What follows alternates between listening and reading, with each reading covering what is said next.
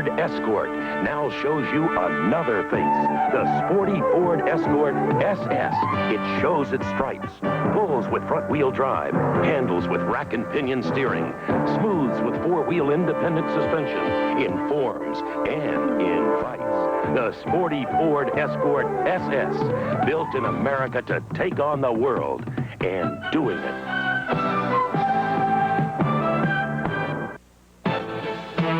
There's just one place where you can go from high school to flight school, the Army.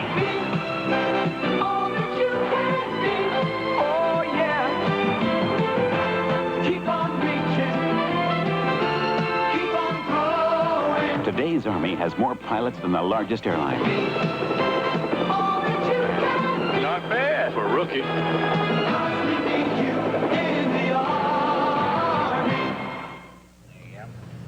We are back. If you just joined us here, Tom Brokaw and I and Joseph Kerwin. Dr. Kerwin is an astronaut here covering the launch, which we now believe will happen, of the Space Shuttle here at the Kennedy Space Center at Cape Canaveral.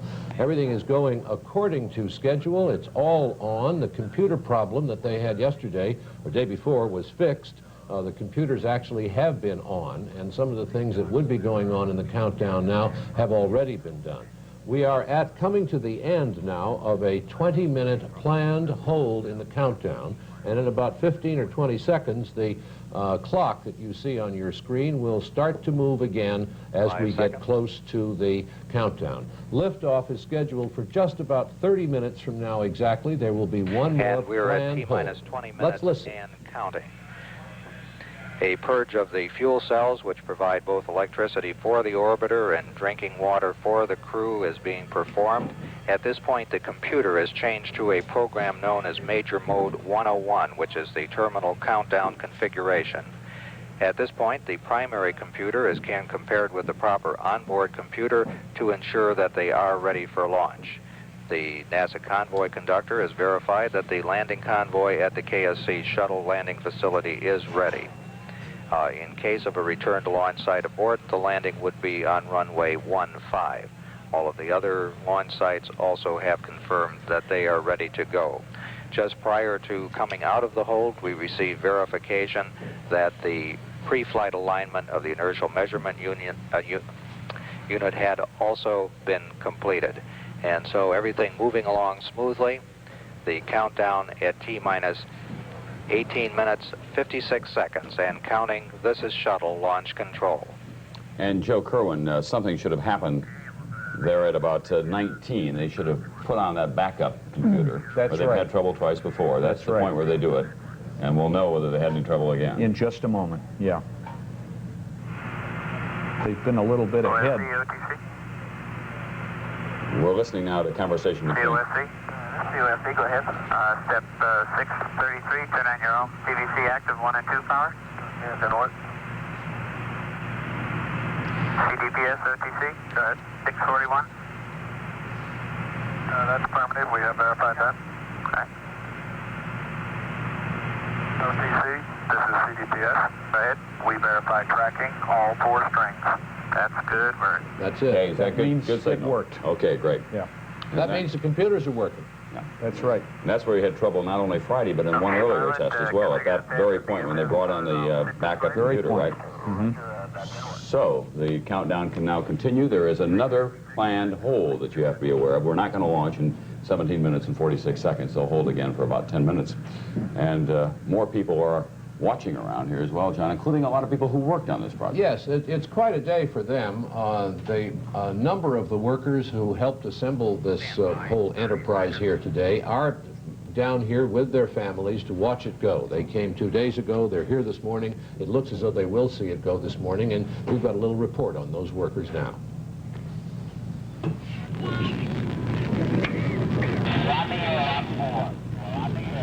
You're looking at one positive result of Friday's launch delay. Traffic control and crowd control here have improved dramatically following that dry run. Many of the same people we saw Friday have returned once again to the bank of the Banana River, mostly Space Center workers and their families and more. Police are expecting bigger crowds today since it's a weekend. They should have a spectacular view of the launch 5 miles from here. Especially spectacular because it will be different, according to veteran launch watchers like Charlie Johnson, who's with me here. Mr. Johnson, why do you expect this launch, or how do you expect this launch to be different from all the others you've seen before? The giant Saturn V was a single huge unit, about 38 stories tall, and when it went up, it had a single great flame coming from the bottom. This unit will have 3 different sets of flames striking the pad. The pad will have about a foot-thick wall of water on it that will condense immediately into steam. It may look as though the whole thing was blowing up at first, but it will be steam coming up, not smoke. And the unit will soon rise above this, and then you'll very clearly see, I believe, the 3 great jets of flame coming down. It'll do a little twist as it goes up, and that should be quite interesting to watch. I don't think anybody knows exactly what to expect to see, but it should be interesting. Such enthusiasm, and also the fact that no one knows exactly what to expect, it would probably help explain why these tens of thousands of people have sat in traffic all night and slept on the ground out here to watch something that will last less than 2 minutes. This is Jim Cummins with a big crowd of people 5 miles from the launch site. Thank you very much, Jim. We just have been hearing from Hugh Harris here at the Kennedy Space Center that they had a little cheer when the backup computer and the 4 primary computers began talking to each other, and they were all in synchronization. The computers are working. That was the problem on Friday. It is not a problem this morning.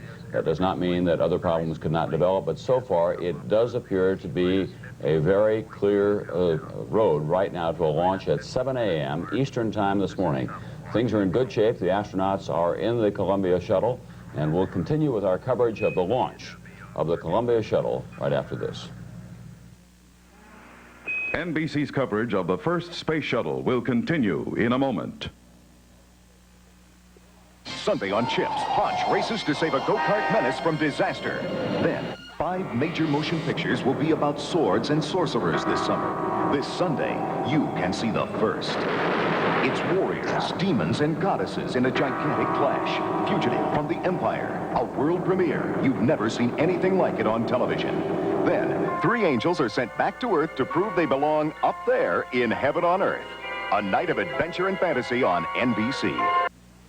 Monday, it's a special memory from Little House when Laura gets married. Next, celebrate Bob Hope's spring fling of glamour and comedy with a bevy of beauties.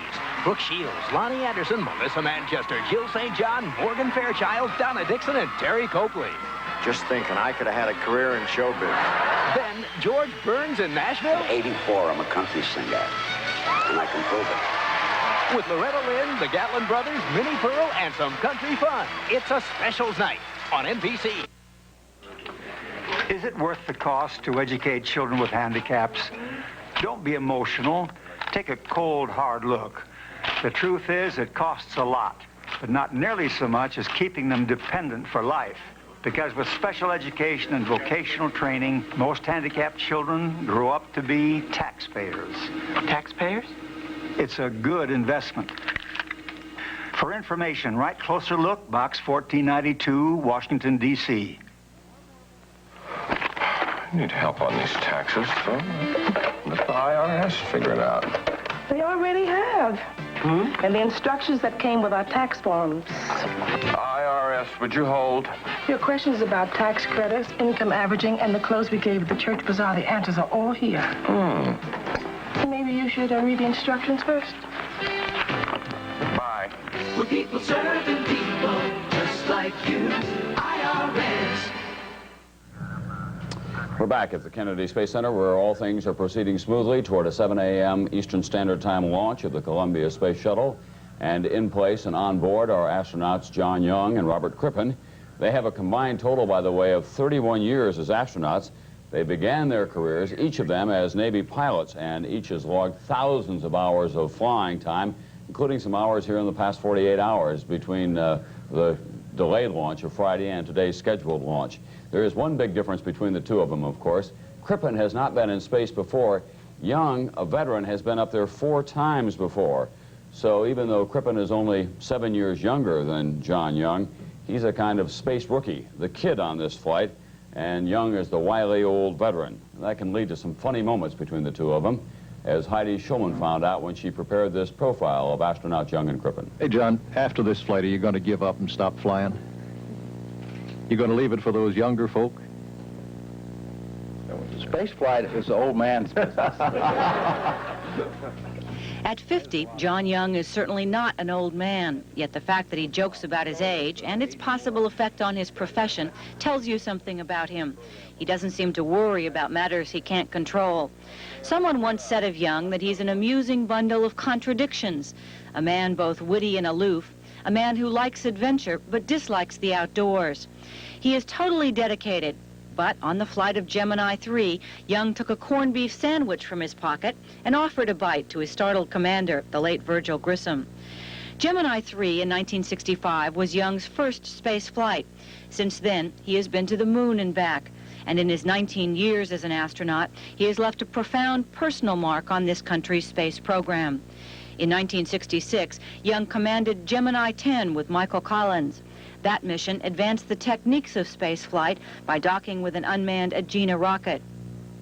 Just about everyone remembers Apollo 11, the flight that put Neil Armstrong and Edwin Aldrin on the moon. Apollo 10, with Young, Thomas Stafford, and Eugene Cernan, had been the final rehearsal. On that flight, the lunar module came within 9.5 miles of the moon's surface, so near and yet so far. Young finally made it to the moon in April of 1972, the flight of Apollo 16.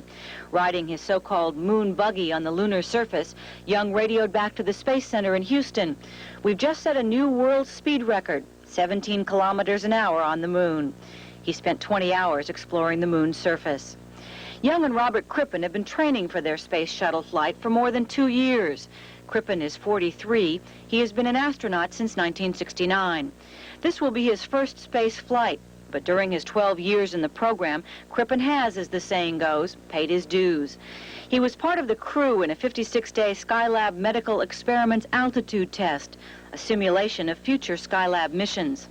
Later, Crippen was a member of the support team for 3 Skylab flights, plus the Apollo-Soyuz mission in 1975.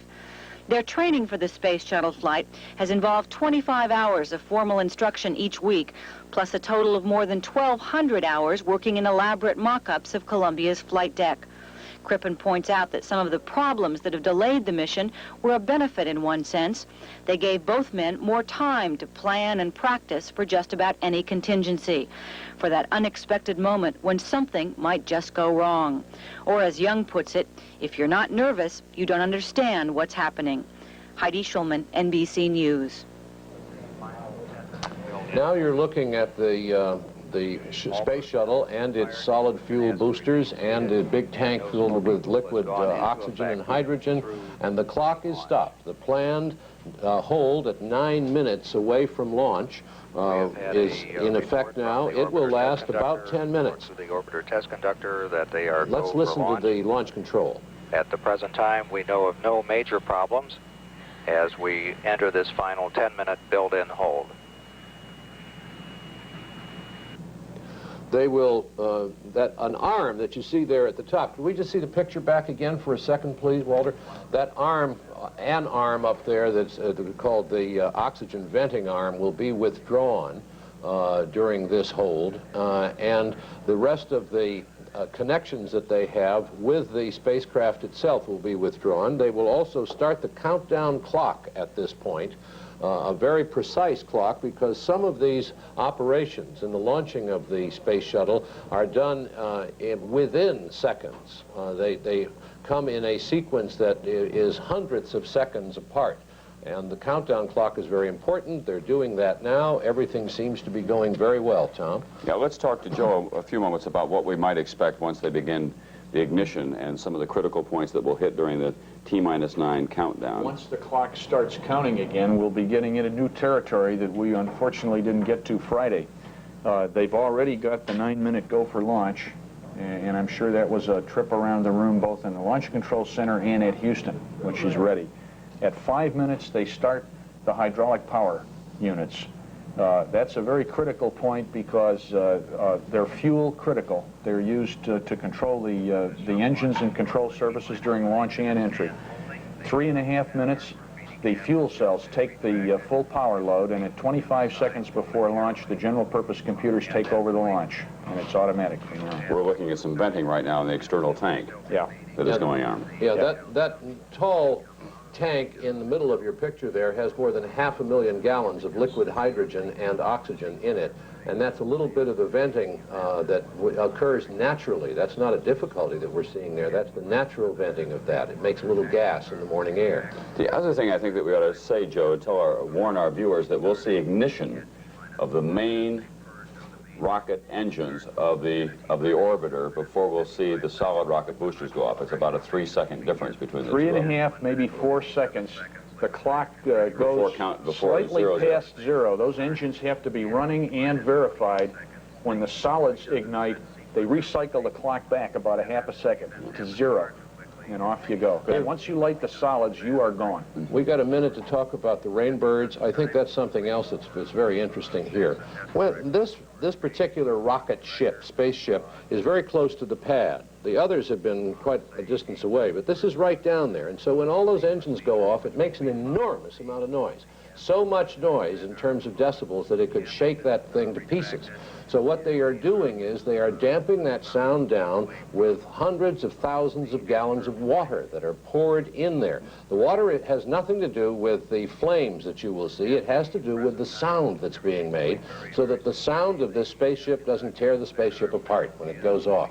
And that's called Rainbirds, and you may hear them mentioning Rainbirds, but that's what it's called. It's an acoustic damping system. So much power involved in all of this that a lot of people have likened it to the launching of a Roman candle. You fire those solid rocket boosters and off she goes. We'll see a much faster ascent than what we've been used to in the space program before. Yes, we will. Quite a bit faster. And as John said, a lot of vibration in those first 3 seconds. If all the systems get through that all right, they're going to go all the way. The launch director is about to speak to the crew. Okay, let's listen to that. The launch director is talking to his team about the launch commit criteria at the present time. I guess we're not going to hear that. All right, we'll be back with continuing coverage of the launching of the Columbia Space Shuttle from the Kennedy Space Center right after this.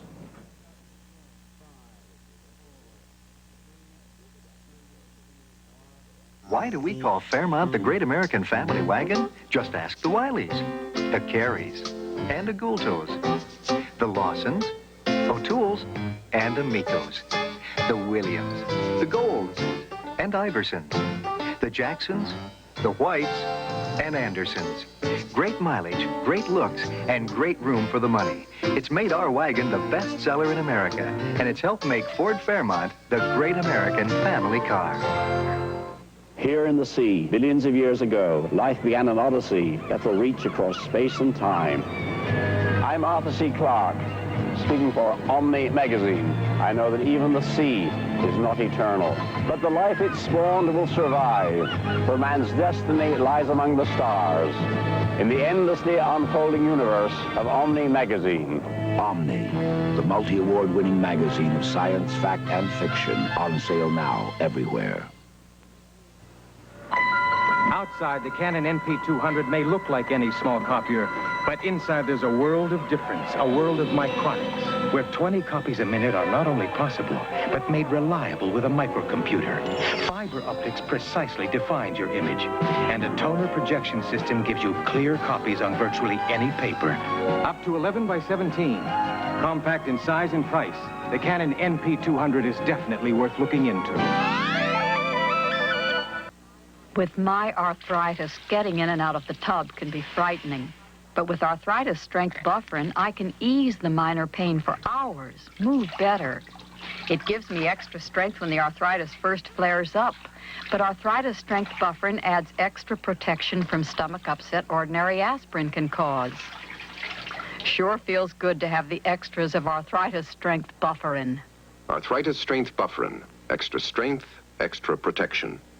A lot of luck. We're with you 1,000%, and we're awful proud to be a part of it. A message from the president is being read to the astronauts at this moment, and we are also told from the White House that President Reagan got up at 6:15 Eastern Time this morning to watch this shot. Good morning, Mr. President. We also have Roy Neal standing by in Houston to talk about the mission. Roy, are you there? Yes, I am, John, and at the moment we're standing by here, even as you. You're going to hear something different in a few minutes, too, at liftoff. You'll hear a voice change as launch control at the Cape gives way to mission control here in Houston. Hugh Harris, who's been doing the reporting job from there, will be replaced by John McLeish here. And Neil Hutchinson, centered in this picture, the fellow in the blue shirt with the beard that's pushing buttons right now. Neil Hutchinson, the flight director, and his team will assume control of the entire operation. Hutchinson here has been checking, going round the horn is the expression they use, and they're getting green lights on all consoles, meaning there's nothing to delay the launch as Mission Control in Houston hears it and sees it. They will actually assume control of the flight at the point where the spacecraft flies beyond the tower. The tower is just a limiting factor. It has nothing really to do with the tower being there. It's just a point in space where that spacecraft is high enough that it's flying. To all intents and purposes, once in flight, the flight director, of course, takes over, and they keep going round and round. Now, the tracking stations out across the Atlantic will be reporting back, and there's a critical tracking station that we will be listening for here. That station's in Madrid, Spain. As the spacecraft, on that tracking map that you see it, on the big tracking map up at the top of your picture, top left, when the spacecraft flies out, arching over Europe on the first orbit, at that point, the flight director will make the go, no-go for the crew as they are then given the go to at least stay in orbit for, stay in space for a few orbits. All right, I think that's the picture from Houston up to this moment. Let's stand by with you at the Cape. Okay, Roy, thank you. We feel we have about 45 seconds to go now until the 9-minute hold is over. And at that point, let's talk just a moment about what you'll be hearing. You will be hearing the voice of Hugh Harris, who will start in about 30 seconds from now. And the computers will take over this launch at this point at 9 minutes, and the ground launch sequencer initialization will start. And from then on, it'll be in the hands of the computers. And what you'll be hearing mainly will be the voice of launch control here at the Kennedy Space Center, Hugh Harris. We won't do much talking unless we feel that he's getting too complicated. So you'll hear the real words about this launch. This is Shuttle Launch Control at T-minus 9 minutes and holding. We are approximately 26 seconds away from picking up the countdown at the T-minus 9-minute point. 9 minutes remaining between now and 7 a.m. when we expect to have a liftoff of America's first space shuttle. The launch team has been briefed on the way in which a halt can be called to the countdown. During the final 9 minutes of the countdown, and we're coming out, we're at T-minus 9 minutes and counting. The launch events are being controlled by the ground launch sequencer now. That has been initiated, and that will be in control up to T-minus 25 seconds when they switch to the onboard redundant set launch sequencer. The ground launch sequencer is a part of the launch processing system and operates by relaying commands to the orbiter's onboard computers, which then report back to the launch processing system that the commands have been executed. The primary job of the computers is to check that all of the launch commit criteria, such as propellant loads, temperatures, pressures, and other measurements, are satisfactory. The primary chase aircraft have taken off. A third T-38 will take off at the T-minus 5-minute mark. The timing of this plane is such a tight window that a 15-second delay would mean that they would not be in the proper position at launch. The sleek T-38 supersonic trainers have such critical timing because of the small fuel load that they carry. T-minus 7 minutes, 52 seconds, and counting. The voice of Hugh Harris from Launch Control. Approximately 40 seconds away from movement of the orbiter access arm. This is the final arm, which must be moved out of the way to provide for the orbiter to clear the tower properly. This may be a very interesting launch to watch from the standpoint that the orbiter is able to translate slightly horizontally as it begins to lift off, and it also does a roll maneuver which will place it, the orbiter sort of on its back as it goes towards the proper inclination to the equator. T-minus 7 minutes, 7 seconds and counting. T-minus 7 minutes and counting. And we have retraction of the orbiter access arm, beginning to move back first away from the orbiter and then to swing away. This was the walkway attached to the service structure and used by the crew to walk to the orbiter. The crew has been advised to lower their helmet visors. Very slow movement by the orbiter access arm. T-minus 6 minutes, 29 seconds and counting. The crew is beginning the APU pre-start. The start begins at the 5-minute point in the countdown. T-minus 6 minutes, 15 seconds and counting. The APUs are turbine devices fueled by hydrazine, which provides hydraulic power to change the angle of the engines and the flight surfaces on the orbiter. T-minus 5 minutes, 59 seconds and counting. Pilot Bob Crippen had begun that APU pre-start, which started about 48 seconds from now. The development flight instrumentation, which measures the stresses on the orbiter during flight, have been turned on, and recorders store information for playback after landing. T-minus 5 minutes, 30 seconds, mark and counting. Pilot Bob Crippen has signified the auxiliary power units are ready to be started. T-minus 5 minutes, 15 seconds and counting.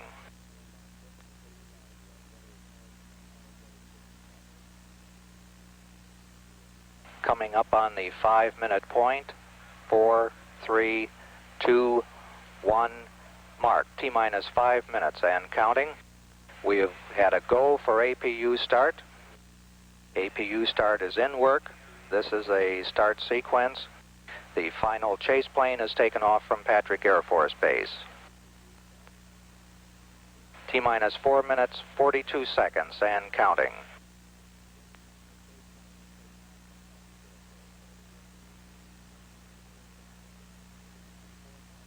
T-minus 4 minutes, 30 seconds and counting. Once we get the APU start, we have a total of 12 minutes of hydrazine supply for running the APUs prior to a liftoff. Everything going very smoothly in this count. The APU start is complete. T-minus 4 minutes, 10 seconds and counting.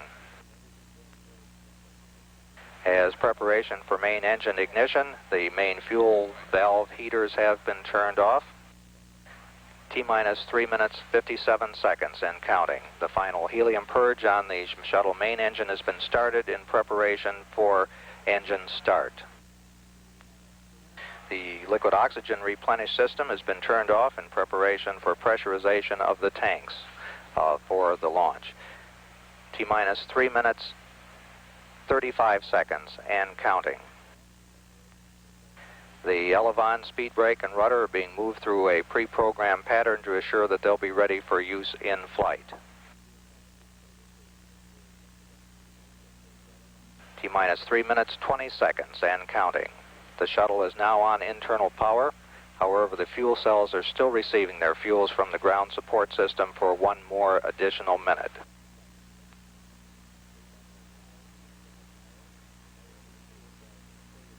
Coming up on T-minus 3 minutes, T-minus 3 minutes and counting. The engine gimbal or movement check is underway to assure they're ready for flight control. T-minus 2 minutes, 52 seconds. The LOX valve on the external tank has been closed and pressurization has begun. After the tank is pressurized, the hold capability is limited to 3 minutes, 36 seconds. T-minus 2 minutes, 40 seconds and counting. The fuel cell ground supply of oxygen and hydrogen has been terminated and the vehicle is using its onboard supply. T-minus 2 minutes, 25 seconds and counting.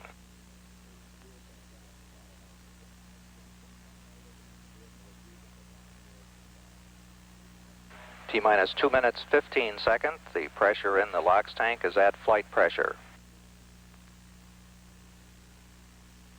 Coming up on just 2 minutes away from launch. T-minus 2 minutes, mark and counting. The liquid hydrogen vent valve has been closed and flight pressurization is underway. T-minus 1 minute, 50 seconds and counting.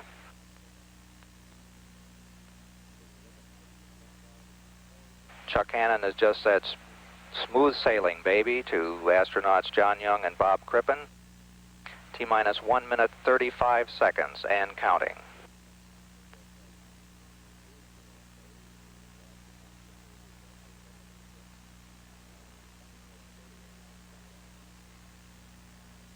T-minus 1 minute, 20 seconds and counting. We can see the purges of the main engines as we prepare for ignition.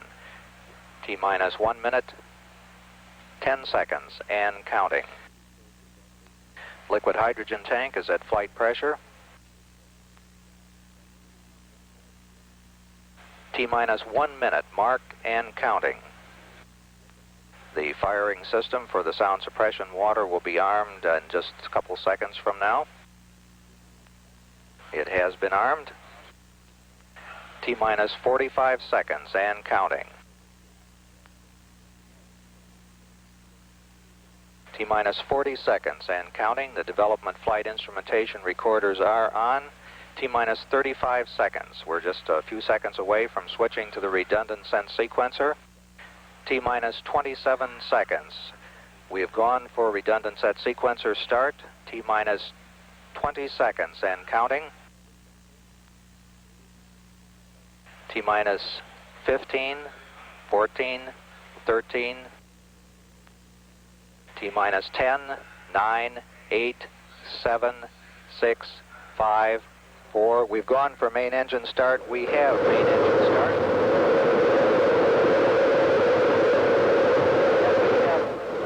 Liftoff of America's first space shuttle. And the shuttle has cleared the tower.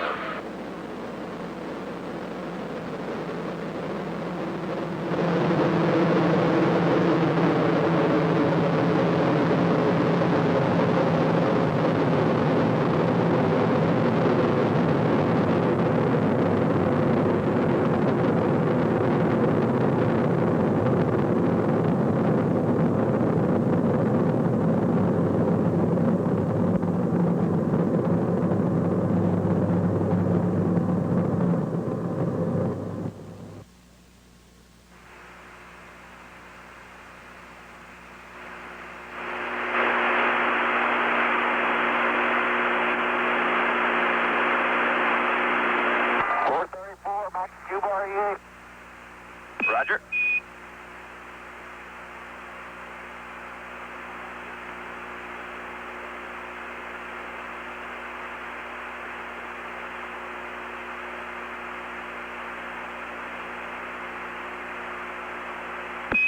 Columbia, Houston, you're go at throttle up. Roger, go at throttle up.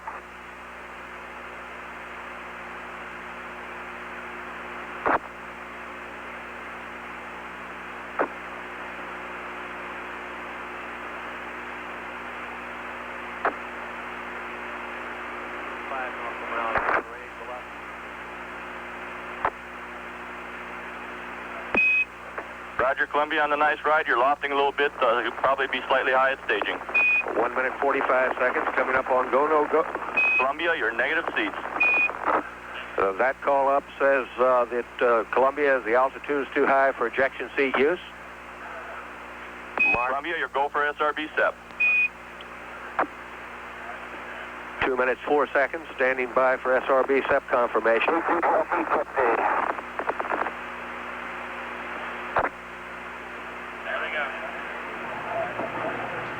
Roger on the SEP, Columbia. Mark, 2 minutes 20 seconds, confirm solid rocket booster SEP. That means those two rockets on either side of the main fuel tank have separated from the spacecraft right on schedule. 2 minutes 30 seconds. Onboard guidance is converging as programmed. Columbia is now steering for its precise window in space for main engine It's about 30 miles up in the air now, about 23 miles out over the Atlantic, and it is now traveling. Altitude 42 nautical miles The solid rocket boosters have separated from the spacecraft right on target. It's about 30 miles in the air. It's about 23 23 miles downrange, and the Space Shuttle is now traveling at about 3,500 miles an hour after a stunning launch. 3 minutes. Young and Crippen really moving out now. Velocity now reading 6,200 feet per second.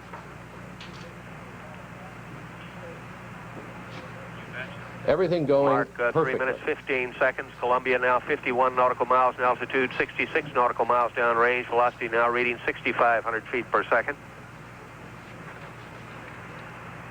It's being powered now by the liquid oxygen and 3 minutes hydrogen in 30 the external seconds. tank. Columbia now 55 nautical miles in altitude, 78 nautical miles And it's downrange. burning that up at a very rapid rate because it's going to be through with that in about another 5 minutes, right? Mark, 3 minutes 40 Less seconds. than a minute, Standing they'll by be for a able to return get to orbit status check with and one mission engine. control by Flight Director Neil They're all Hutchinson. running right now. Columbia given a green to continue.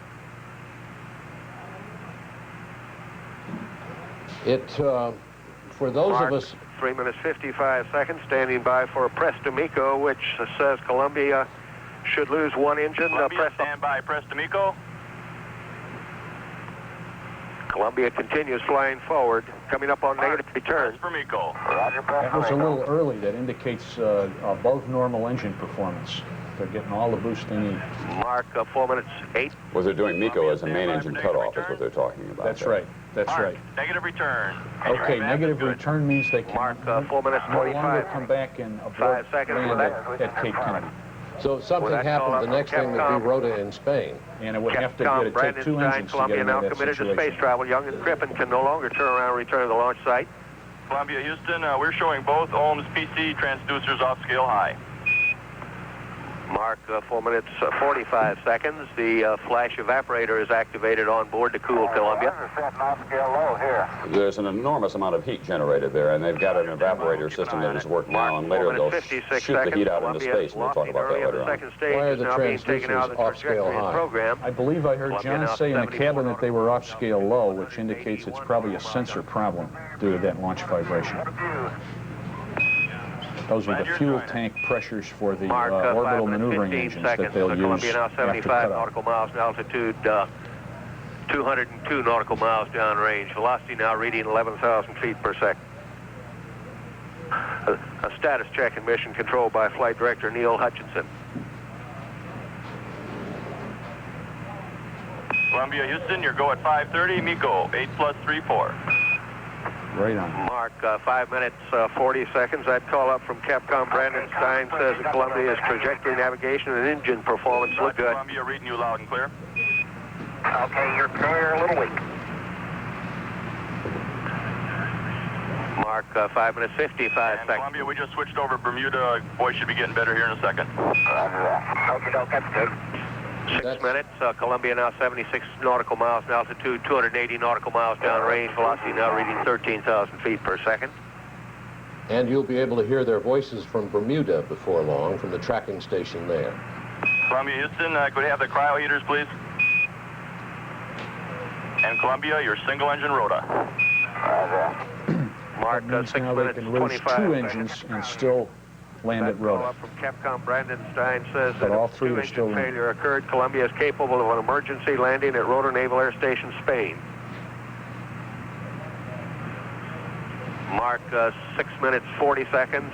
Columbia pitching over now, diving to increase velocity, decrease altitude, giving Columbia her most favorable attitude. Columbia now 72 nautical miles in altitude, 373 nautical miles downrange. Velocity now reading 16,400 feet per second. That's right on the money, isn't it, Joe? Right on the money. Yeah. And the cutoff time's Standing within by 2 for a seconds single of engine program. Press D'Amico call up from Capcom Brandon Stein. So a perfect launch and a perfect mission so far. So far, so good. Absolutely thrilling to see that thing Columbia, go. your single engine, press per MECO. Okay, now they can lose Mark, 2 7 minutes, engines 20 and still seconds. get to That orbit. report says that Young and Crippen can achieve orbital insertion even if 2 engines go out. And in about 1 Mark, minute, the 7 main minutes, engine will 30 cut off. seconds. Columbia 67 nautical miles in altitude, 485 Very nautical miles shortly, downrange. it'll start to G-forces throttle back building to for Young and prevent Crippen now up to overstressing the 3 Gs. aircraft as the fuel tanks get lighter and lighter. Mark, 7 minutes 45 seconds. Should be happening now. Columbia's main engine slowly being throttled back now. Should be throttled Not quite. They'll gradually throttle back to maintain 3 Gs, a certain acceleration. And then just before cutoff, they'll throttle back to 65% prep for shutdown. Which is coming up in 30 seconds from now. Columbia now 63 nautical miles in altitude, 606 nautical miles downrange. Mark 8 minutes 15 seconds. Columbia now 63 nautical miles in altitude, 650 nautical miles downrange. Standing by now for main engine cutoff.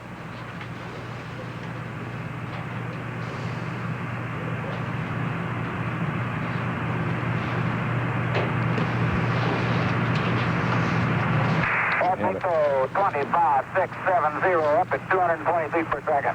Right on, right on. Roger, Columbia. Cut off the main engines means that they can confirm now just heading for their planned orbit. Space not yet in orbit. They get enough of a kick in the seat of the pants to get them up there. Now they'll separate from the external tank 20 seconds after cutoff. Okay, we've had SEP. That's it. They've got it. Rates were low. SEP was on time. Confirm the SEP, Columbia. And 2 minutes from cutoff, they will burn the orbital maneuvering engines. Confirm external tank separation.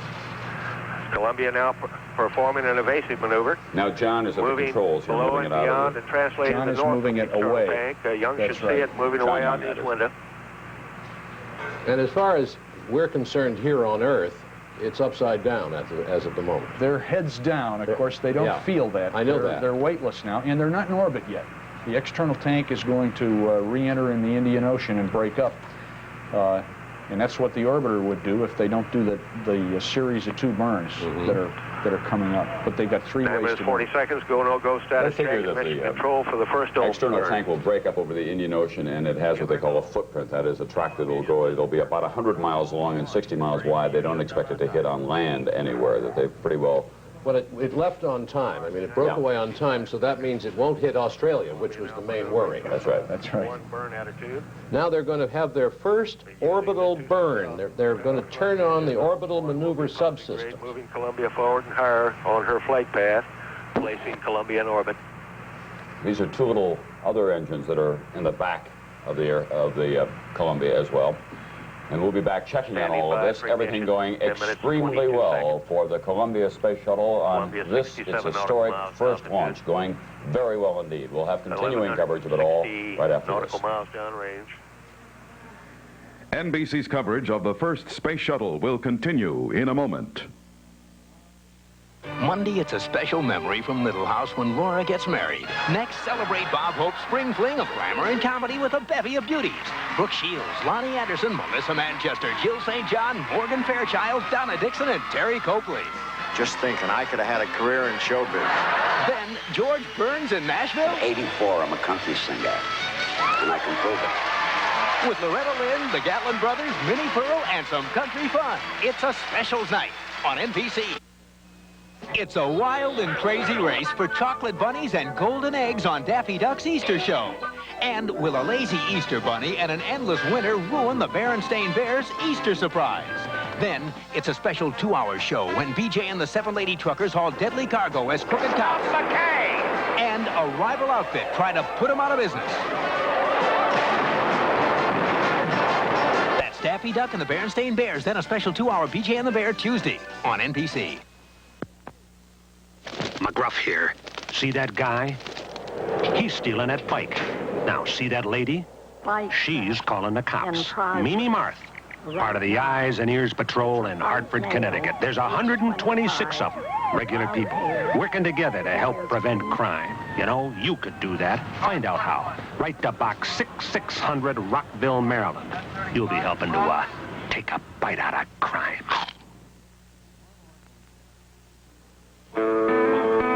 Somebody started something here, a contagious idea that hopelessness is just a place, a perfect place for just giving up or rebuilding from the ground up.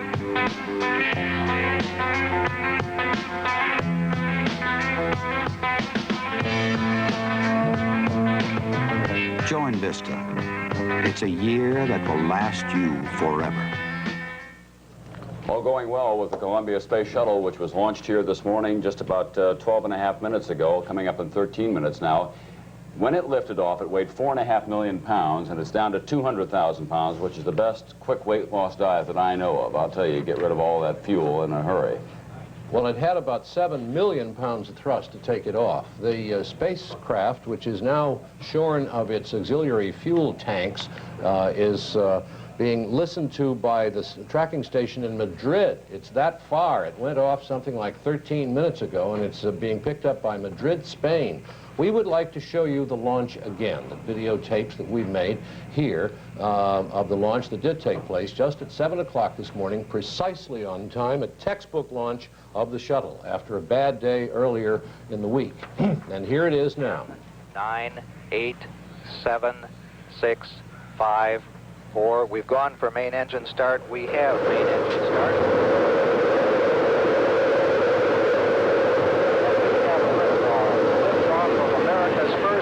Shuttle, and the shuttle has cleared the tower. Never came close to the tower. They were a little concerned about that. And it's turning around. Pitching over.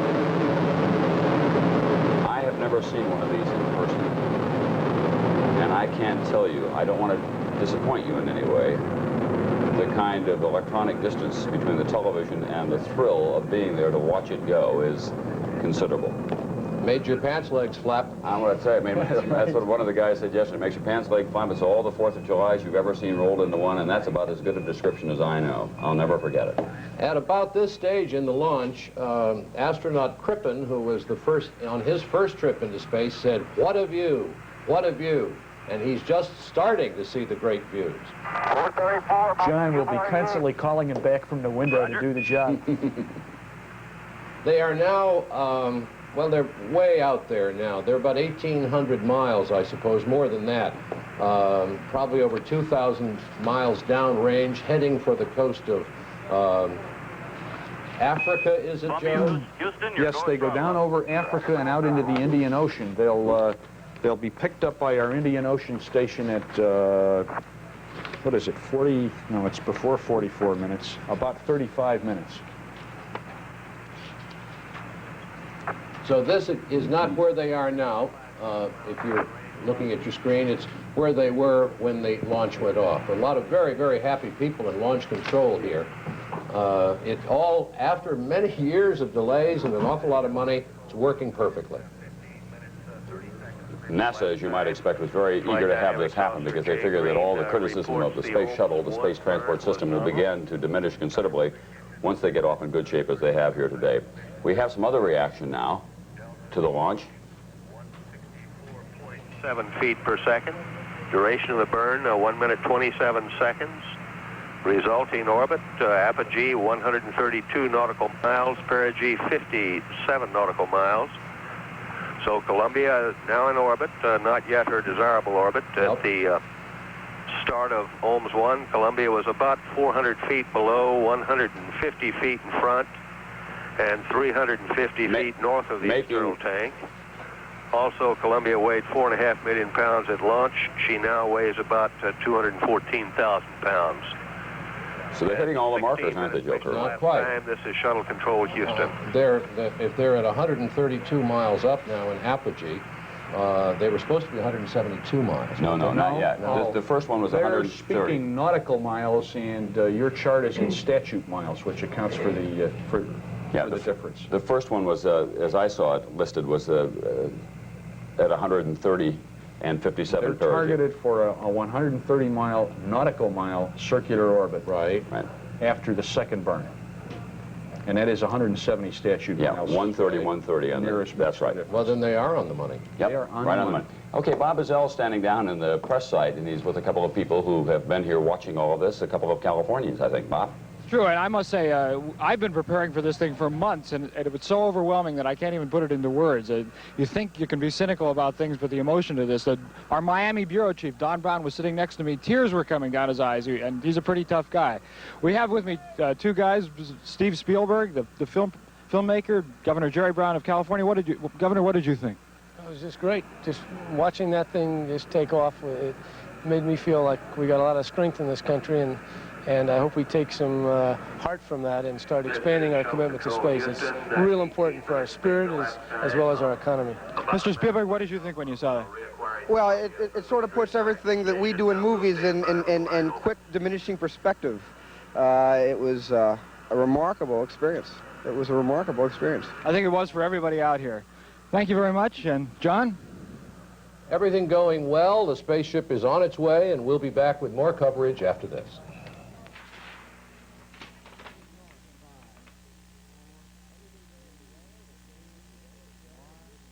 Carol? Ooh, who's your paper hanger? Me. You can't even hang up your coat. It's easy. With Flare Squares, you just dip and slip to decorate. Flare Squares, the tough, washable, easy-to-use wall covering you just dip into water, slip into place, and decorate anything from a wall to a room. It looks terrific, honey. But what do I owe the paper hanger? How about dinner and a movie? For your nearest Flare Squares store, call 800-345-8500. Like millions of people across the nation, Kathy switched from Scope to Listermint because Listermint is better. She told her brother Larry. Of course I switched to Listermint because clinical tests prove no leading mint mouthwash works better or keeps breath fresher longer. Larry told his friend John. You bet I switched because Listermint tastes as good as it works. Now just watch how I can tell. Switch to Listermint or try Listermint Cinnamon. They taste as good as they work. We're the neighborhood professionals. We're proud to be the one. You know we're working hard for you the moment we've begun. We'll work each day to find a way until the job is done. We're America's #1 top seller, Century 21. Your home is the most important investment of your life. Trust it to #1. Century 21. Boy, I really feel good all under. Oh, Harry. I got my Hanes underwear on. Wash after wash, my Hanes underwear goes back to the comfortable shape it had when I took it out of the package. You should try Hanes. Keeps its shape to make you feel good all under. How many? 2 Hanes, please. 2 tickets, please. Hanes makes you feel good all under. Now on sale. Men's and boys' all-cotton underwear and boxers. The spacecraft is now heading for Africa. Astronaut Crippen told Houston just a moment or two ago, he said, "I'm sorry I could not see Gibraltar. I was too darn busy." He may get another chance to see quite a lot. Just got to go from Houston for OMS 2, which is the orbital maneuvering system that will put them into their final orbit. That should be coming up in about 24 minutes or so, if everything continues to go as well as it is. And Jim Cummins has a report for us from here at the Kennedy Space Center. John, at the moment the rockets fired, there was a collective gasp out here among the crowd, and exactly 5 minutes later, loud applause once they knew the astronauts were safely on their way. I'm standing here with Gordon Brown and his wife Hilda. Mr. Brown has worked on the shuttle project over the years and has seen many launches. How did this one compare to all the others you've seen? This was fantastic in comparison to any of the others. We were all waiting very expectantly, and it just went beautifully. We hope the rest of the mission goes as well as the launch. How was it different from the others you've seen? Well, it's just more anticipation. You have a manned launch situation here, and you're very anxious that the astronauts are safe in there and everything goes well, and you have solid rockets. It's an all-new configuration that we're dealing with here, and I thought it went real well. How about you, Mrs. Brown? You got a big smile. I was so excited. We have a beautiful spot here. I took some pictures. I hope my camera take it pretty well.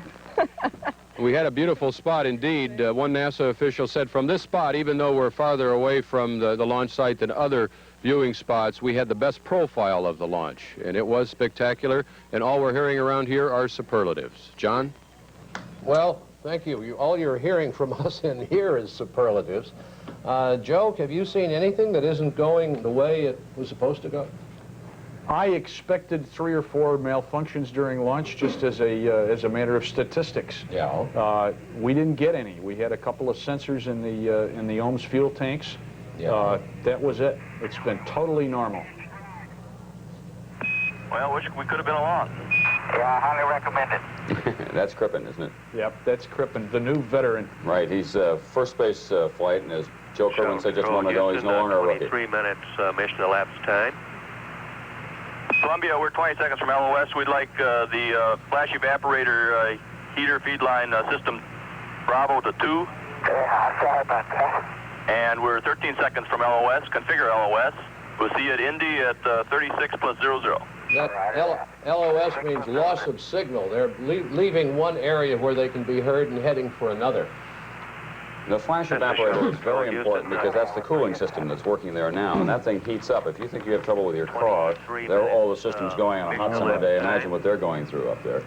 Later on, we'll be talking about this. They're going to open up the cargo doors, and they've got some evaporators in there as well, radiators that throw all the radiators throw all the heat out into space, and that'll be the next big dramatic thing after they hit orbit with OMS-2. That will come in about an hour and 10 minutes or so. And we will show you that on television. Because we expect to get live television pictures at that time.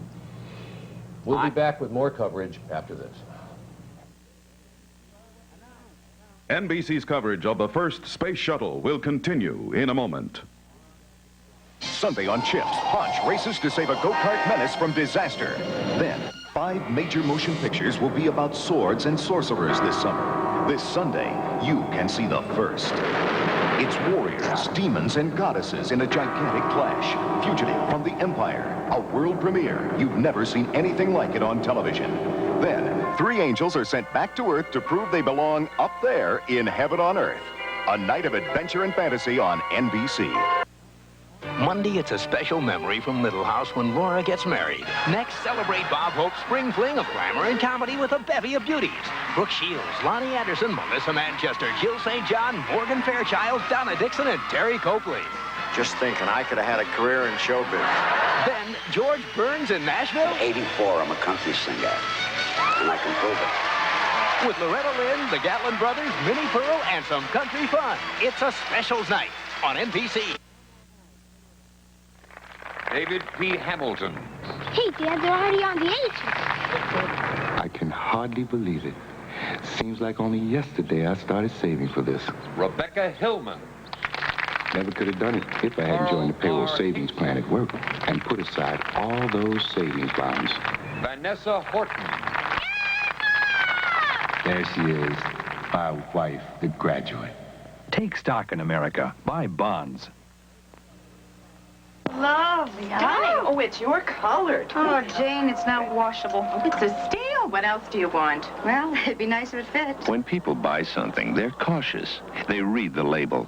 But when it comes to their health, they don't always read the medicine label. It tells you what it's for, when and how much to take, and even when not to take it. Read the label, especially when you're taking a medicine for the first time. Medicines can't help you if you don't take them right. We're back at the Kennedy Space Center where we have witnessed an extremely successful launch of the Columbia Space Shuttle orbiter this morning, now heading for the Indian Ocean, and we'll be hearing from it again before too long. And then later on this morning, we'll be showing you television pictures from space as they open the big cargo doors. It was an extraordinary liftoff here, the first test flight of the Columbia orbiter, this time with 2 people on board, astronauts John Young and Robert Crippen. Here it is. Minus 10, 9, 8, 7, 6, 5, 4. We've gone for main engine start. We have main engine start.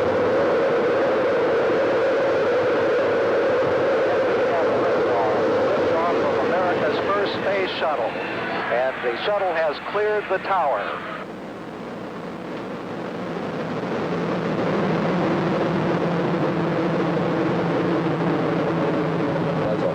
Hardware to get up into the air and to get it up that fast with that surge of power.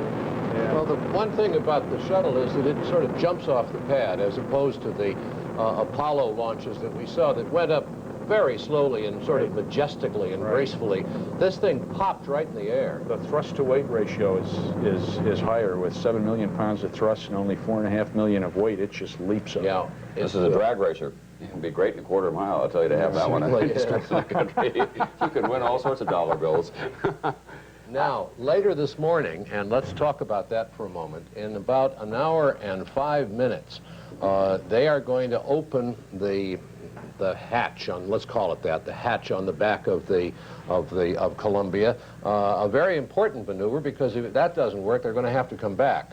But that's the cargo hold, and they're going to open that up, and it does a number of things. We'll be back on the air for that. We're about to go off now, but we'll be back on the air for that at Eastern Standard Time at about 8:35. There will be television pictures of part of that from space. And that is an important maneuver, isn't it, Joe? That's extremely important. They'd have to abort if they didn't get those open. If they don't open the doors, they don't get the cooling. And if there's anything wrong with the doors, they won't open them. Okay, well, we'll be back to show you and describe all of that for you at about 8:35 Eastern Time this morning. NBC News continues its coverage of the Columbia Space Shuttle. This special report has been produced by NBC News. Monday, Bob Hope celebrates spring with Brooke Shields, Lonnie Anderson, Melissa Manchester, and more. Thursday night, see The Seven Dials Mystery, starring Cheryl Campbell and Sir John Gielgud. That piece of paper's worth a fortune. And a few lives. A priceless formula, a secret society, blackmail, intrigue, murder, and love, starring Cheryl Campbell and Sir John Gielgud. They're killing each other. Don't miss Agatha Christie's Seven Dials Mystery, hosted by Peter Ustinov, Thursday, 7 to 9:30 p.m. on the New 4. 24 hours of the day, every day of the week, whenever the need arises, the Salvation Army of Oklahoma stands ready to respond. But as our city grows, so must the Salvation Army. To meet the anticipated demand in the 80s, the Salvation Army needs your help for a $2.5 million building and renovation project. Pledge your 5-year contribution for these new facilities today. Call 232-1569 for more information.